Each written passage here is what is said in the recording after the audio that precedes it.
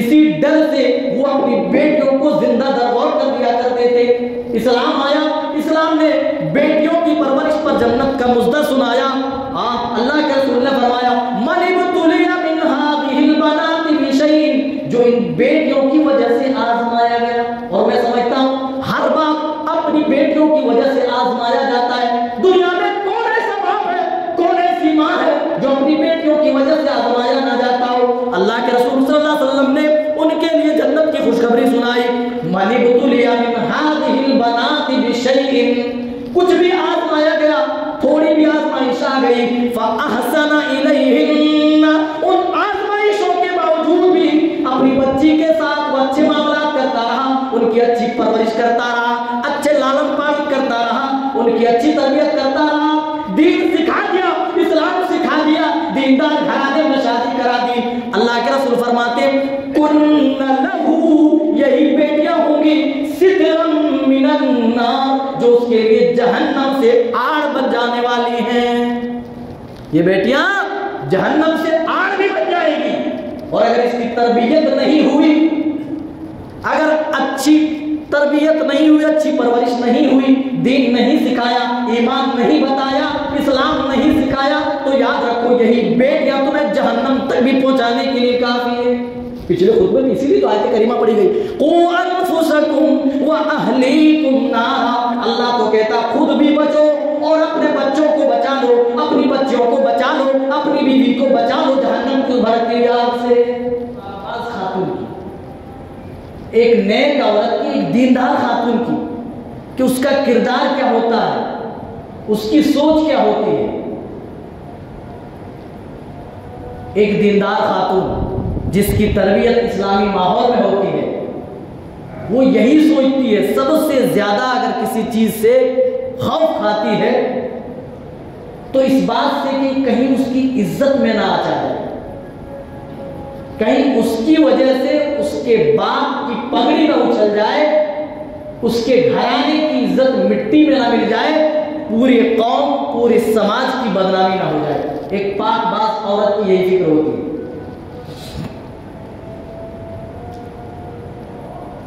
क़यामत के मनाजिर से मुताल्लिक गुफ्तगू में आपने सुना होगा, जब रसूल अकरम सल्लल्लाहु अलैहि वसल्लम ने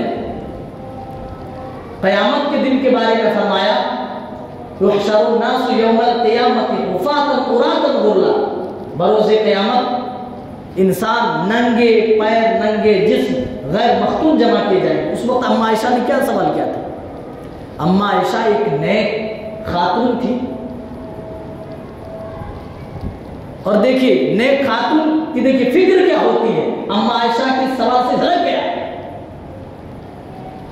अर्रिजालु वन्निसाउ जमीआ या रसूल अल्लाह, अल्लाह के रसूल क्या मर्द औरत एक साथ जमा होंगे? कहा हाँ आयशा एक साथ जमा होंगे। कहने लगी अल्लाह के रसूल फिर तो औरतें मारे शर्म के मर जाएंगी जब मर्द हजरात उनकी तरफ देखेंगे। नबी ने समझाया सल्लल्लाहु अलैहि वसल्लम, आयशा जो तुम समझती हो वो हरगिज नहीं है। हाँ एक साथ जमा होंगे, एक दूसरे को देखेंगे, एक साथ जमा होंगे, लेकिन आयशा एक दूसरे को देखने की वहां कहां फुर्सत होगी। अल अम्रु अशद्दु अन युहिम्महुम ज़ाल, बल्कि मामला कहीं इससे भी ज्यादा सख्त होगा। या आयशा एक साथ इकट्ठे तो जरूर होंगे, सारे लोग बगैर कपड़ों के तो जरूर होंगे, लेकिन कोई किसी की तरफ देखेगा नहीं। कहने का मतलब और मकसद सिर्फ इतना है कि ऐसी घड़ी में जब आप क़यामत के हौला मनाज़िर से रोशनास करा रहे हैं, ऐसी घड़ी में भी अम्मा आयशा को अगर किसी चीज की फिक्र है तो अपनी इज्जत की, अपनी आबरू की फिक्र है। ये तरबियत का नतीजा होता है। अगर अच्छी परवरिश हो जाए, अच्छी तरबियत हो जाए, तो अल्लाह की कसम बेटियां इसी तरीके से बनकर के सामने आती हैं। सबसे ज्यादा इसी बात से डरा करती है कहीं मेरी वजह से मेरे बाप की पगड़ी न उछल जाए, कहीं पूरे खानदान का नाम माशरे में न खराब हो जाए, पूरे कौम की नाक न कट जाए। इस बात से सबसे ज्यादा खौफ खाती है। और मिसाल के तौर पर मैं एक और वाकया जो कुरान में मज़कूर है हज़रत मरियम का, पेश करो। हजरत मरियम के पास फरिश्ते आए और कहा, है मरियम, अल्लाह ताला तुम्हें बेटे की खुशखबरी देता है। अल्लाह। हजरत मरियम अभी गैर शादीशुदा है, निकाह नहीं हुआ, शादी नहीं हुई, और फरिश्ते कह रहे हैं कि तुझे बेटे की खुशखबरी हम अल्लाह की तरफ से दे रहे हैं। हजरत मरियम चीख पड़ती है और कहती है, ऐ फरिश्ते, अभी तो मेरी शादी नहीं हुई है, मेरा निकाह भी नहीं हुआ है, और मैं बदचलन भी नहीं हूं। तुम कैसी बात करते हो? मेरा बच्चा कैसे पैदा होगा? मैं तो बदचलन भी नहीं हूं। तो फरिश्ते ने कहा, अल्लाह जैसे चाहता वैसे करता है।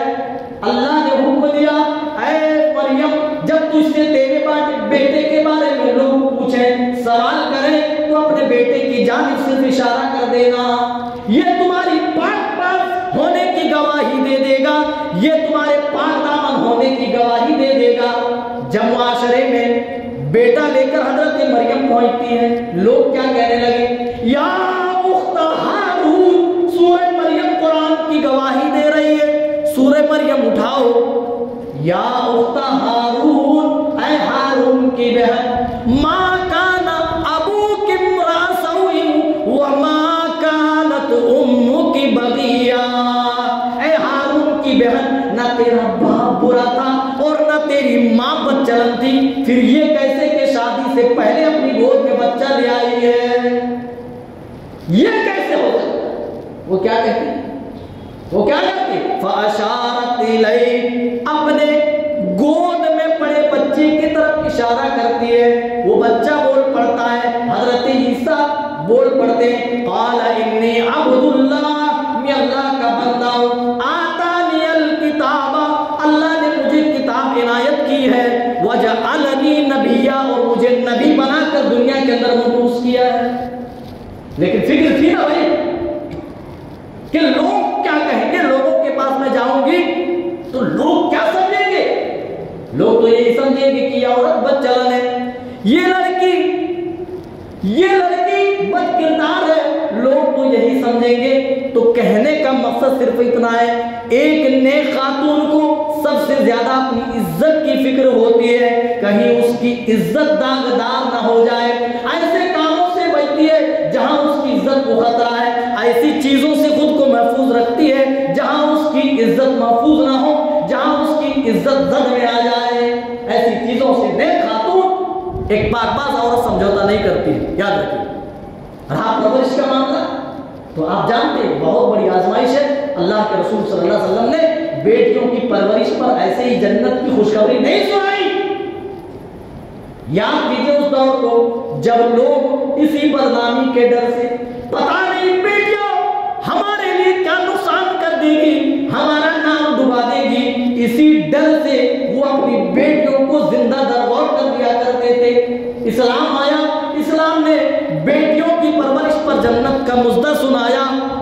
अल्लाह के रसूल ने फरमाया, मनिबतुलिया मिन हादिहिल बनाति बिशैइन, जो इन बेटियों की वजह से आजमाया गया। और मैं समझता हूँ हर बाप अपनी बेटियों की वजह से आजमाया जाता है। दुनिया में कौन ऐसा बाप है, कौन ऐसी माँ है जो अपनी बेटियों की वजह से आजमाया ना जाता हो? अल्लाह के रसूल सल्लल्लाहु अलैहि वसल्लम ने उनके लिए जन्नत की खुशखबरी सुनाई।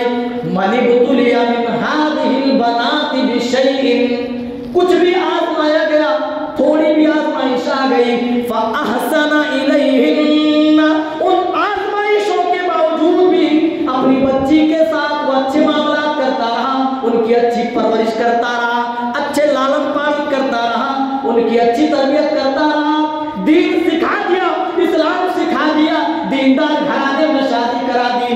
अल्लाह के रसूल फरमाते, कुन्ना लहू, यही बेटियां होंगी, सितरम मिनन नार, जो उसके लिए जहन्नम से आड़ बन जाने वाली हैं। ये बेटियां जहन्नम से आड़ भी बन जाएगी। और अगर इसकी तरबियत नहीं हुई, अगर अच्छी तरबियत नहीं हुई, अच्छी परवरिश नहीं हुई, दीन नहीं सिखाया, ईमान नहीं बताया, इस्लाम नहीं सिखाया, तो याद रखो यही बेटियां तुम्हें जहन्नम तक भी पहुंचाने के लिए काफी है। पिछले खुतबे में इसीलिए तो आयत करीमा पड़ी गई, क़ू अनफुसकुम व अहलीकुम नारा। अल्लाह तो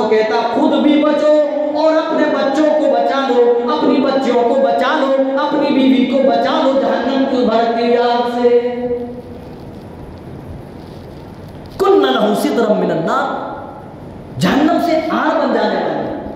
कब? जब परवरिश अच्छी हो। हमने सब कुछ किया और अगर हमने दीनदारी नहीं दी तो अल्लाह की कसम कुछ नहीं किया। सिलाई सिखा दी, कढ़ाई सिखा दी, बुनाई सिखा दी, BA करा दिया, MA करा दिया, BEd करा दिया, MBBS बना दिया, लेकिन उसको तौहीद नहीं बताया, ईमान नहीं बताया, इस्लाम नहीं बताया, तो अल्लाह की कसम ये सब कुछ कराने के बाद भी आपने कुछ नहीं किया। फिर इंतजार करो ऐसे वक्त का। अभी तो दूसरी बेटियों के वीडियोस देख रहे हैं, तब ये हाल है कि अभी देखिए नौजवान कूद पड़े मैदान में। आगे हालात क्या होंगे बाद में जाने, लेकिन उनकी ईमान की गर्मजोशी भी तो देखनी पड़ेगी। कूद पड़े मैदान में, रोकथाम के लिए जितना वो कर सकते थे वो कर रहे। लेकिन मेरे भाई जहां आप रहते वहां भी एक कानून है। अगर यही काम अगर पहले कर लिया होता तो ऐसी नौबत आती नहीं आती। जिस दहाने पर अल्लाह की कसम हम बेटियों के ताल्लुक से, बहनों के ताल्लुक से हम पहुंच चुके हैं, वहां हम कुछ नहीं कर सकते सिवाय अफसोस के, कुछ नहीं कर सकते। अभी कुछ लड़कियां भी मैदान में आकर के पूछताछ कर रही हैं, तुम क्या कर रही हो, ऐसा क्यों करती हो, कौम का नाम क्यों बदनाम कर रही हो, बुर्के का इस्तेमाल करके तुम इस तरीके से क्यों अंजाम देंगे। इस सब का कुछ फायदा ज्यादा होने वाला नहीं। इसीलिए जड़ असल है, जड़ को ठीक करो, तने दुरुस्त हो जाएंगे, डालियां दुरुस्त हो जाएंगी, पत्ते भी ठीक ठाक होंगे, फूल और उसके अंदर फल भी अच्छे आएंगे। लेकिन अगर हमने जड़ ही पर ध्यान नहीं दिया, मेहनत डालियों पे की, फूल पत्तों पे की, तो याद रखिए वो मेहनत ज्यादा दिन तक चलने वाली नहीं है। इसीलिए मेरे भाई, बेटियों की परवरिश पर जन्नत का मुद्दा सुनाया गया है जरूर, लेकिन अच्छी तरबियत पर। अब जरा गौर करें। अच्छा, फ़अहसन इलैहिन्ने के बारे में उलमा ने बहुत सारे माने लिखे कि उनको दीनदार बना देना, इस्लाम सिखा देना, ईमान बता देना। कितने लोग हैं जिनकी बेटियों को ये मालूम है कि ईमान क्या है, अकीदा क्या है, इस्लाम क्या है। कभी गौर करते, एक माँ को, एक बाप को मालूम होना चाहिए कि उसकी बेटी के लिए क्या अच्छा है, क्या बुरा है। ये तरबियत होती।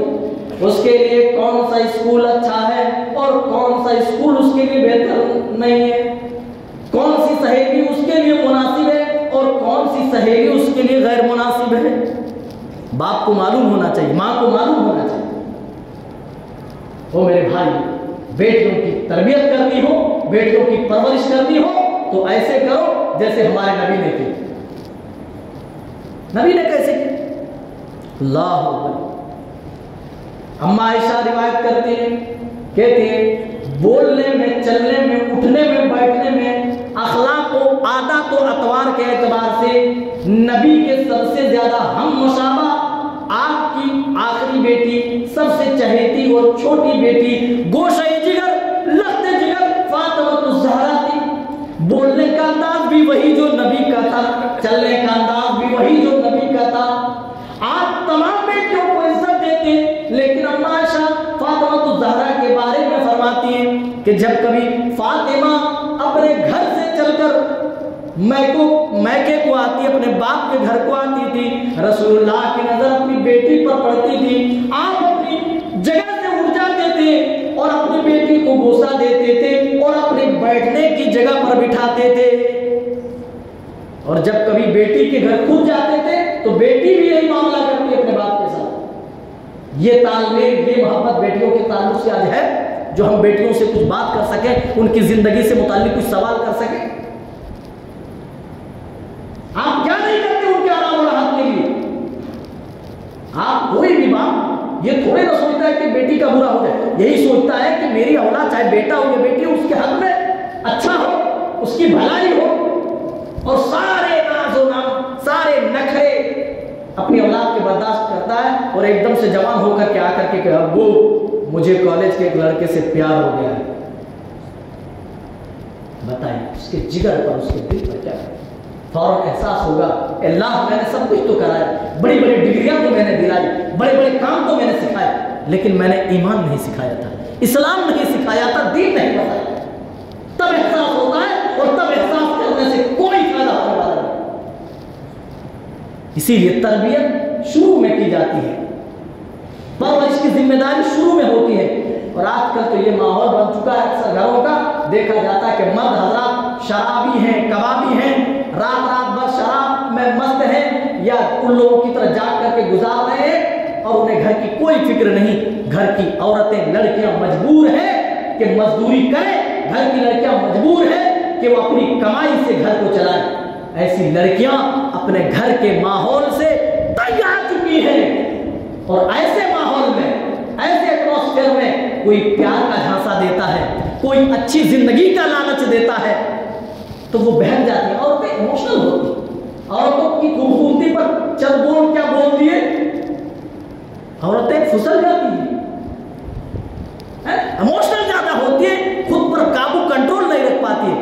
उसके दर्द पर कोई फाहे रख दे, कोई मरहम रख दे तो फौरन उसको दिल दे बैठती है। जब हमारे घर के माहौल ऐसे हो गए, ऐसी हालत में कोई दूसरा आदमी उसे प्यार का झांसा देता है तो लड़कियां फिसल जाती हैं और मुर्तद होने की बड़ी वजह। और एक वजह बताऊं, इसके बाद में इस तरफ में आऊंगा नबी ने बेटी की परवरिश कैसे की। एक और बड़ी वजह मैं जिक्र करूं, ये मेरे भाइयों निकाह जो है ना, निकाह तलाक, ये कोई गुड्डे गुड्डी का खेल नहीं है जो आज हमने बना रखा है। बस देखा जाता है कि चंद महीने में शादी, चंद महीने बाद तलाक हो गई। ये क्या है? इस्लाम ने तलाक जायज रखा है जरूर, मगर ऐसी हालतों में जब कोई चारा ना हो, जब कोई चलने का निबाह का कोई रास्ता ही ना हो, तब तलाक की नौबत आती है। एक मर्द को इख्तियार दिया जाता है, एक औरत को इख्तियार दिया जाता है कि वो अपने मर्द से, इसी तरीके से मर्द को इख्तियार जाता है कि अपनी औरत से वो अलग थलग हो जाए। लेकिन यहाँ तो थोड़ी सी चीज के लिए तलाक दे दी जाती है और थोड़ी सी चीज के लिए औरत की तरफ से तलाक के मुतालबे शुरू हो जाते हैं। ये है कि नहीं है? मुआशरे में देखिए बहुत ज्यादा तलाकें हो रही हैं और इसका फायदा डायरेक्टली तौर पर आपके दुश्मनों को हो रहा है। और हमारे यहाँ तो माहौल नहीं है एक से ज्यादा शादी करने का, अल्लाह माफ करे। ऐसी ऐसी बदचलन औरतें हैं मुआशरे में जो ये कहती फिरती नजर आती हैं कि हमारे शौहर जिना कर ले बेहतर है मगर दूसरा निकाह ना करे। अल्लाह ना करे। और ऐसी सोच रखने वाली औरतों, ऐसी सोच रखने वाली बेटियों, माओ बहनों, अल्लाह ना करे तुम्हारा शौहर तुमसे जुदा हो जाए, तुम्हारा शौहर इंतकाल कर जाए, दुनिया से चला जाए और तुम दर दर की ठोकरें खाती फिरो, तुम्हारा कोई सहारा बनने को तैयार नहीं। ओ मेरे भाइयों, थोड़ी सी वजह से किसी को तलाक हो जाती है। अब बताइए मौजूदा दौर में जो हालात हमने माशरे के बनाए, क्या ये बड़ा चैलेंज नहीं है किसी मुतल्लका औरत की शादी करना? यहाँ तो कुंवारी लड़कियों की शादियां नहीं होती हैं, कोई तलाक किसी की हो जाए तो उसकी शादियां, कितना बड़ा चैलेंज है। कोई बेवा है, किसी का शौहर मर गया तो क्या हमारे माशरे में उसकी शादी करने का कोई प्रावधान मौजूद है? तो बताओ। हमने बेवा औरतों की शादियों के लिए, उनके घर बसाने के लिए हमने कुछ किया हो आज तक? तो बताओ। और सबसे ज्यादा, और मैं गुजरात, कर्नाटका और महाराष्ट्र का मैं डाटा में बताऊं, सबसे ज्यादा शादीशुदा औरतें हैं जो ईमान से फिर रही है, नरों के हाथों में जा रही है। क्यों? क्योंकि शादीशुदा औरतें जो जिनकी तलाक हो गई हमारे माशरे में, उनके लिए कोई जगह नहीं दिया जाता, कोई भी उनसे शादी करने को तैयार नहीं। और दूसरी शादी अल्लाह ने जिनको दे रखा, बहुत दे रखा है, वो भी करने को तैयार नहीं, क्योंकि माशरे में हमने गैर इस्लामी चीजों को फरोग दिया है और ऐसी बदचलन औरतों को अपने घर की जीनत हमने बनाई है जो ये सोचती है कि शौहर जिना तो कर ले मगर दूसरी शादी ना करे। वो औरत खुद सोचे, अगर उस औरत की जगह पर अगर वो खुद होती, उसका शौहर ना रहे, वो दर दर की ठोकरें खाए, उसका कोई सहारा बनने को तैयार नहीं, तो उसके दिल में क्या बीतेगी? कितनी ऐसी औरतें हैं बेचारी जिनके चंद महीनों में सिर्फ तलाक हो गई, सिर्फ बस नाम हो गई शादी का और कुछ नहीं, लेकिन उसका निकाह होता है नहीं होता। इसीलिए दूसरी शादी का प्रावधान होना चाहिए। जिनको अल्लाह ने दे रखा वो बढ़ कर करके आने चाहिए इस मैदान में, ताकि उन औरतों को भी संरक्षण मिले जो औरतें बेवा हैं, जिनके शौहर अब नहीं। ऐसी औरतें जिनका ना आगे ना पीछे, ना कोई शादी करने वाला, ना उनके दुख दर्द में कोई काम आने वाला, ऐसी औरत के सामने जब कोई भाई मदद की बात करता है तो क्यों आगे बढ़ेगी? कोई बोलता है अरे मैं नौकरी दिलाता हूं, नौकरी तक जाने के लिए, ड्यूटी तक स्कूटी देता हूं, मैं मोबाइल देता हूं, रिचार्ज मैं करूंगा, तो नहीं बहकेगी, ईमान का सौदा नहीं करेगी तो क्या करेगी? हमने क्या क्या उनके लिए मेरे भाइयों, ये सोचने की समझने की जरूरत है। हम सिर्फ वीडियोस देखकर हम सोच रहे हैं कि हम तोड़ फोड़ करके रख देंगे, हम ऐसा कुछ होने वाला नहीं, ऐसा मत करो। जो बुनियादी गलतियां हैं उन गलतियों को दुरुस्त करो। आओ, तरबियत की बात चल रही थी, फातिमा ज़हरा रज़ी अल्लाह ताला अन्हा की तरबियत। एक मर्तबा यही फातिमा है रसूल अकरम सल्लल्लाहु अलैहि वसल्लम के पास आती है। फातिमा ने सुना नबी अकरम सल्लल्लाहु अलैहि वसल्लम गुलाम बांट रहे हैं। फातिमा आई, आप उस वक्त घर में मौजूद नहीं थे, आपकी बीवियां थी, गालिबन अम्मा आयशा थी। कहने लगी, अम्मी जान, अब्बू तो गुलाम बांट रहे हैं, आप अब्बू से सिफारिश करें मेरे लिए कि मुझे भी कोई गुलाम दे दे। मैं चक्की चलाती हूँ, हाथों में छाले पड़ गए, मशकीज़ें लाती हूँ, कमर छिल जाती है। ए अम्मी जान, आप अब्बू से बात करें, मेरे लिए भी कोई गुलाम का इंतजाम कर दे। आप जब आए घर, ये कहकर फातिमा चली आई घर। तो अम्मा आयशा ने सब कुछ सुनाया। फातिमा आई थी, गुलाम का मुतालबा कर रही थी, बस इतना सुनना था, आपने बिस्तर छोड़ दिया, फौरन बेटी के घर पहुंचे। और लोगों, आज तो ये माहौल हमने बना दिया है, शादी हो गई है, ससुराल जाने के बाद रात में सिर्फ बेटियां ससुराल में होती है, दिन में बाप के घर में होती है। और मेरे नबी की बेटी से पूछो, ससुराल में इतना काम करती है, खुद बयान करती है कि हाथों में छाले पड़ जाते हैं, कमर छिल जाती है। ओ लोगों, हमने माशरे को कहां ले जाकर पहुंचा दिया है, कहां ले जाकर के पहुंचा दिया?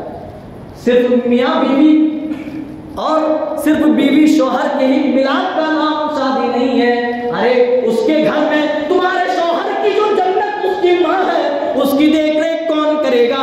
उसके साथ क्या तुम्हारा कुछ भी रिश्ता नहीं है? उसका बाप जो उसके लिए उसकी जन्नत का दरवाजा है, क्या उसके साथ तेरा कोई रिश्ता नहीं है, तेरा कोई नाता नहीं है? जैसे ही रात खत्म होती है, सुबह होते ही मैके आने की तैयारी होती है और सुबह का सूरज निकलने से पहले बाप के घर पहुंच जाती है।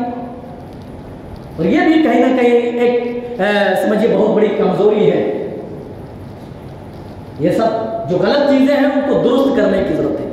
आए अल्लाह के रसूल, कहा बेटी तुम गुलाम का मुतालबा कर रही थी। है मेरी बेटी फातिमा, मैं जानता हूं तू बहुत मेहनती है, कामकाज में खुद को मसरूफ रखती है। ए मेरी बेटी फातिमा, क्या मैं तुझे वो चीज ना सिखला दूं जो तेरे लिए गुलाम से भी ज्यादा बेहतर होगा?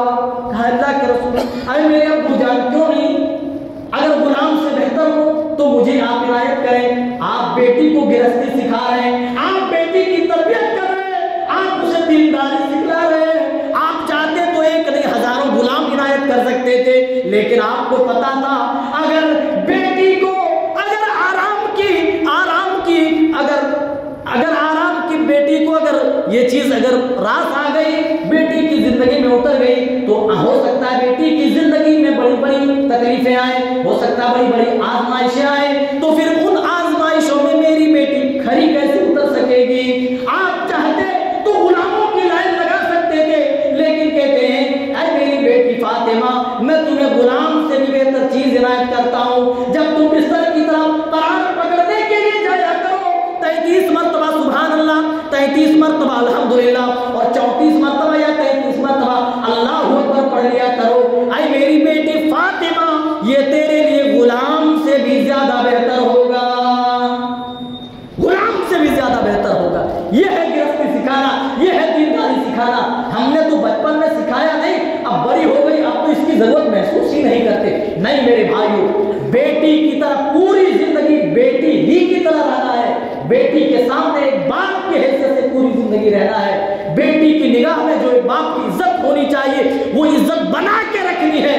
बेटियां इज्जत दें, आप बेटी की इज्जत करें, तब जाकर के आपकी तरबियत काम आती है, वरना आप तरबियत करते रहें, पूरी जिंदगी आपकी तरबियत खाक में मिलती जाएगी। तरबियत करनी है तो ऐसे करो जैसे हजरत ज़करिया ने हजरत मरियम की कही। चल बातें बताकर बड़े इख्तिसार के साथ खत्म कर रहा हूं, घंटी बज गई। हजरत ज़करिया अलैहिस्सलाम के जिम्मे हजरत मरियम की, हजरत मरियम के कौन थे? खालू के मामू है, कुरान में भी तर्जमा यही चल रहा है, फजर बाद जो दर्स होता है उसमें। हजरत मरियम की माँ ने पहले ही नजर मान चुकी थी, अल्लाह जो कुछ मेरे पेट में माफी बतनी मुहर्ररा फतक़ब्बल मिन्नी, अल्लाह मैं तेरे घर के लिए उसे आजाद कर दूंगी, तेरे घर में रखूंगी, तेरे घर की खिदमत करेगी। बेटी पैदा हुई तो मायूस नहीं हुई, अपने भाई के जिम्मे उसकी तरबियत लगा दिया। तो नेक लोगों के जिम्मे भी दिया जा सकता है जो महरिम है ना, तरबियत करें। किसी दीनदार को दिया जा सकता है जो महरिम है, जो घर के हैं, वो अच्छी तरबियत कर सके। जैसे हजरत मरियम की तरबियत ज़करिया अलैहिस्सलाम के जरिए हो रही है। अल्लाह, और बेमौसमी फर्क, क्योंकि हजरत मरियम के बतन से हजरत ईसा अलैहिस्सलाम को जो पैदा होना था, इसीलिए रिज्क के सामान पहले से मुहैया होने लगे। गर्मी का सीजन चल रहा है, जाड़े का फल मौजूद है। वजद फलम्मा दखला अलैहा ज़करिया मेहराब, जब हजरत ज़करिया मेहराब में दाखिल हुए, मस्जिद के उस हिस्से में दाखिल हुए, वजदा इंदहा रिज़्क़ा, तो फल फ्रूट्स रोजी की शक्ल में पाए, है ना। जाड़े का मौसम है, गर्मी का फल, ये अंगूर, ये अनार, ये सेब, ये मेरी बेटी मरियम तेरे पास कहाँ से आए? ओ मेरे भाइयों, कभी अपनी बेटियों से पूछा, हमने तो तुझे मोबाइल नहीं दिया, तेरे पास मोबाइल कहाँ से आया? अरे हमने तो रिचार्ज नहीं कराया, तेरे फोन पे रिचार्ज कहाँ से आया? अपने बेटों की क्या हमने कभी इस बात की जानकारी ली कि बेटा रात रात भर जाग जाग कर किसके साथ चैटिंग कर रहा है? क्या इस बात की कभी हमने जांच पड़ताल की कि कॉलेज में उनके कौन से दोस्त हैं, यूनिवर्सिटी में किनके साथ क्या कर रहे हैं? कभी जांच पड़ताल की कोशिश की?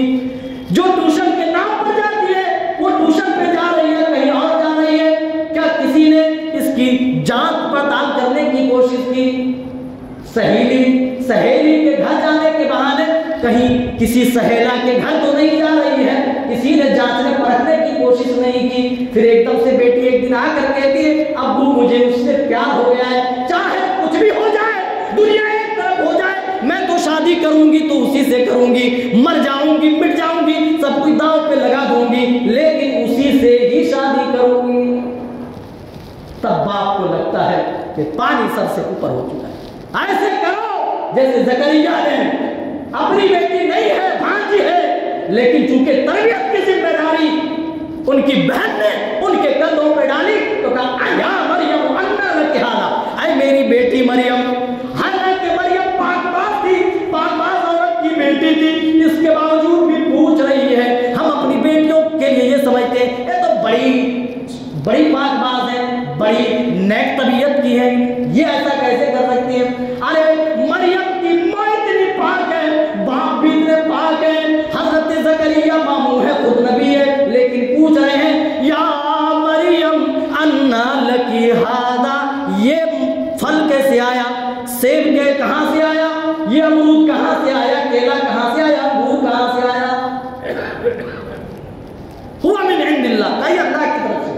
तो मामला साफ हो गया, क्योंकि नबी थे और अल्लाह के मामला को अच्छी तरह समझने वाले थे। और मेरे भाई, तरबियत करनी हो बेटियों की तो ऐसे करो जैसे हजरत शुएब ने की। बस इख्तिसार के साथ हजरत मूसा अलैहिस्सलाम मदियन पहुंचे, देखा कि लोग भीड़ लगाकर एक कुएं में अपनी अपनी बकरियों को पानी पिला रहे, और एक साइड में खड़ी दो लड़कियां आराम से इंतजार में हैं कि भाई उनकी लाइनें खत्म हो तो हम अपनी बकरियों को पानी पिलाएं। अल्लाह अकबर। कुरान ने उनकी शर्म व हया की गवाही दी। उनके शर्म व हया, औरत का नाम ही शर्म है। जब वो बोलती है तो उसकी आवाज से भी शर्म व हया टपकती है, जब वो चलती है तो उसके चलने में भी शर्म व हया टपकती है। चल देखने वाले मालूम कर लेते हैं कोई बाहया औरत जा रही है, कोई बापर्दा, कोई बागैरत औरत जा रही है।